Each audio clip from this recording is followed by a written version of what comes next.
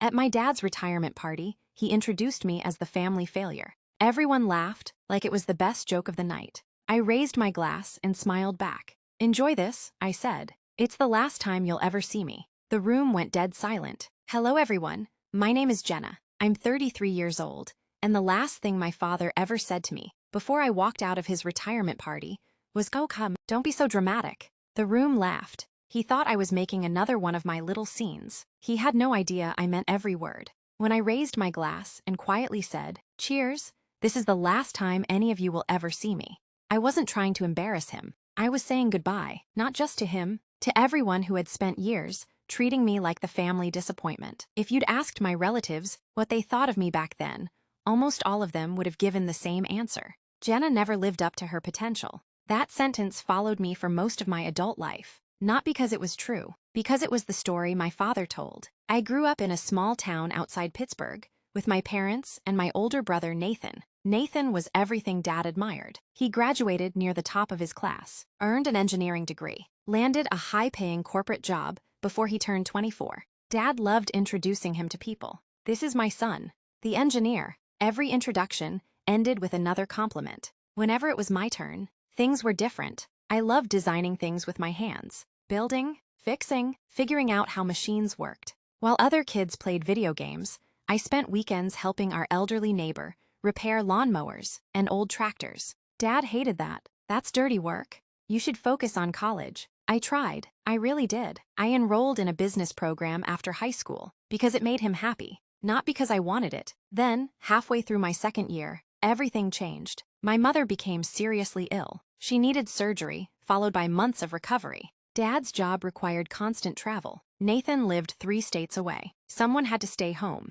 That someone became me. I withdrew from college, took a full-time warehouse job with flexible hours, drove Mom to doctor's appointments, cooked meals, handled grocery shopping, managed prescriptions. For nearly 18 months, that became my life. When Mom finally recovered, I planned to return to school. But something unexpected happened. The warehouse supervisor noticed I had a talent for organizing inventory systems. He encouraged me to apply for an apprenticeship with a logistics company. I almost said no. Then he looked at me and smiled. "College isn't the only path." Nobody had ever said that before. I accepted. Over the next several years, I worked my way from warehouse coordinator to operations manager. Eventually, I specialized in supply chain logistics for one of the country's largest shipping companies. The work was demanding. The hours were long, but I loved solving complicated problems. I never became rich overnight. I simply kept saying yes to opportunities and learning every chance I got. Meanwhile, Dad never stopped introducing me the same way.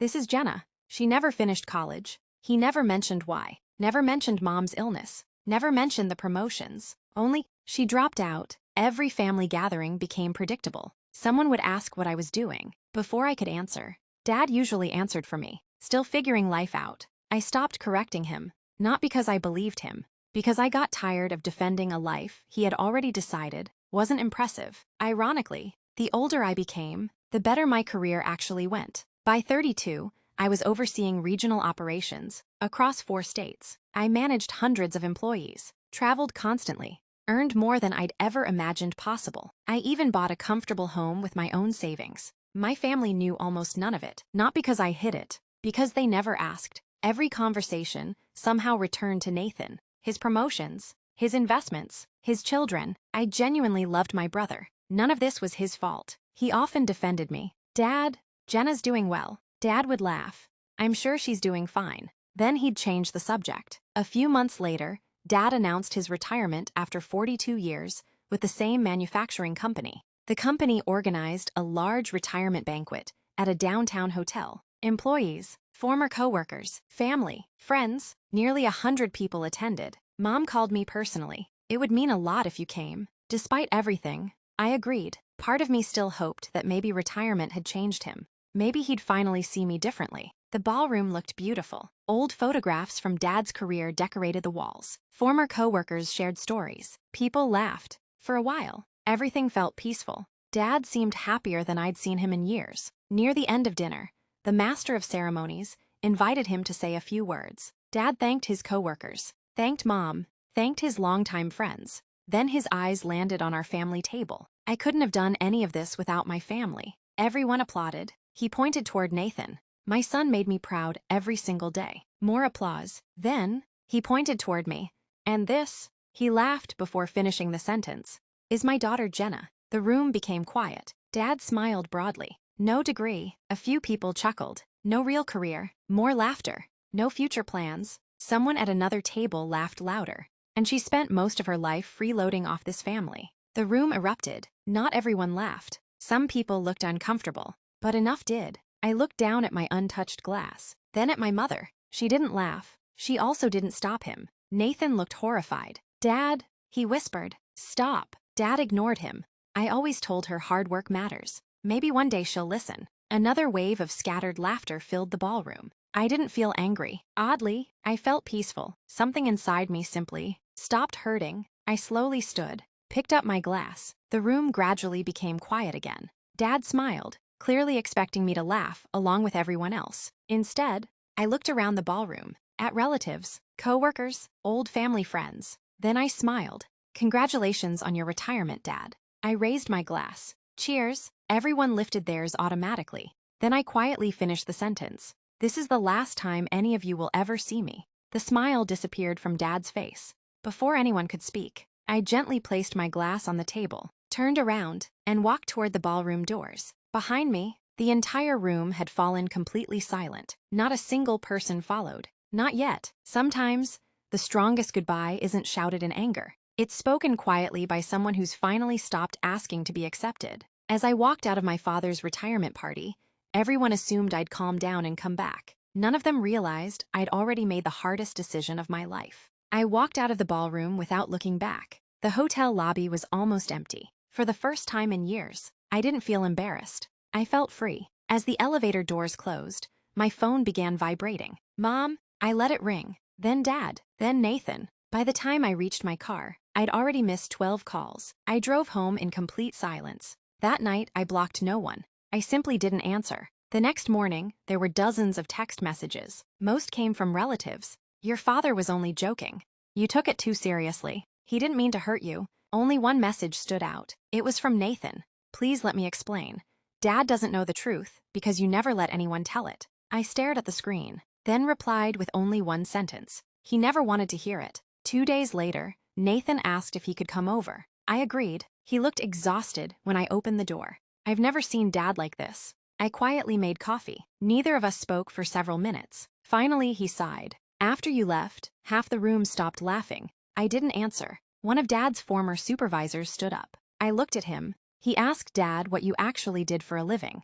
What did Dad say? Nathan smiled sadly. He said you worked in a warehouse. I almost laughed. About 15 years ago, Nathan nodded. That's what I told him. What? I told everyone the truth. He reached into his jacket pocket and handed me his phone. On the screen was my company's website. At the top was my photograph. Regional Director of Operations. Below, it was a short biography describing the distribution centers I managed across 4 states. Annual revenue, hundreds of employees. Industry awards. I slowly handed the phone back. What happened? Nathan smiled. The room went silent. He continued. Then Dad's old plant manager looked at the screen and said, Wait, Jenna manages more employees than I ever did. I closed my eyes, not because I felt victorious, because it hurt knowing strangers respected me more than my own father did. Nathan looked around my home. I've never actually been here. No, you haven't. It's beautiful.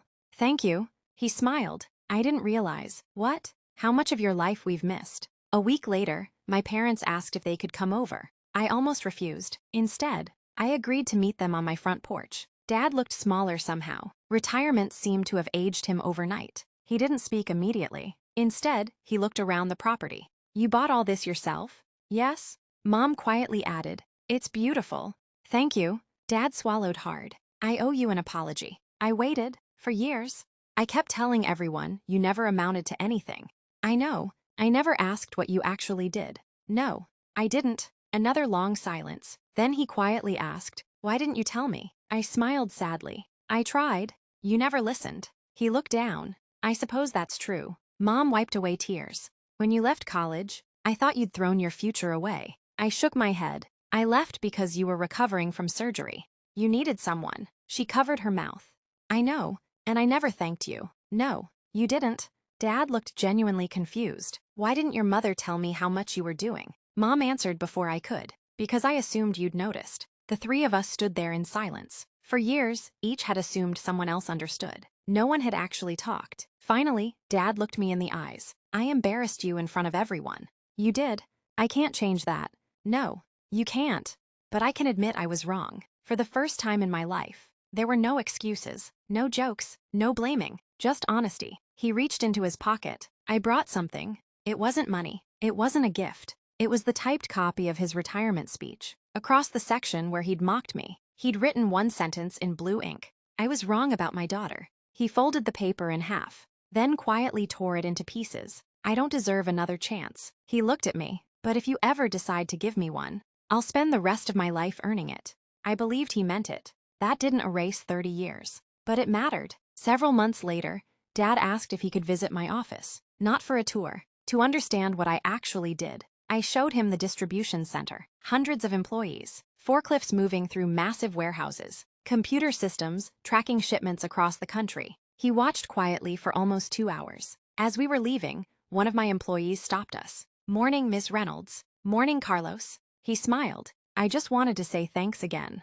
"For what?" "My daughter got into college. You helped me get those extra shifts when we needed them." Dad listened without saying a word. Another employee waved. "See you Monday, boss." Then another, then another. Each interaction was respectful. Natural, not because of my title, because of how I treated people. On the drive home, Dad quietly said, "I always thought success meant having the biggest degree." I smiled. "What do you think now?" He looked out the window. "I think success is how many people are genuinely glad to see you walk into a room." Epilogue. Soft piano becomes lighter, carrying peace instead of disappointment. It's been 4 years since Dad's retirement party. He's enjoying retirement now. He volunteers twice a week at a community workshop, teaching young people practical skills he spent decades learning. Sometimes he jokes that retirement finally gave him enough time to become a better father. Mom laughs every time he says it. Nathan and I have become closer than ever. Without comparisons between us, we discovered we'd always made a pretty good team.